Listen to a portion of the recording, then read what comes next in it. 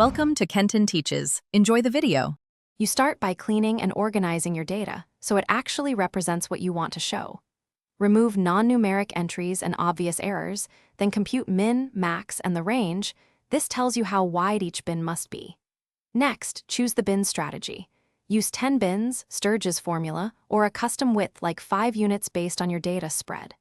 Once done, calculate evenly spaced bin edges from min to max, and prepare a frequency count structure for the next step. Now you map each value into its corresponding bin and tally frequencies, because the histogram visual depends on those counts. If you need comparability across samples, normalize to density so areas reflect proportions, otherwise use raw counts. Then create bars at each bin position with consistent width and spacing.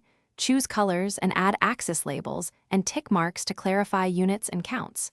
Make sure to include a title, and if needed, a legend for multiple series. Then inspect the visual. Finish by refining aesthetics and interpreting the shape. Adjust bin count or width to highlight modes without overfitting noise, because too many bins can hide patterns. If data are skewed, make sure to check axis scales or apply a log transform to see structure more clearly. If counts look wrong, verify your bin edges and whether edges are inclusive left versus right. Once corrected, replot. One troubleshooting tip: if bars have gaps, confirm contiguous bin edges and consistent bar width to eliminate plotting artifacts. Thanks for watching. Please subscribe if this video was helpful.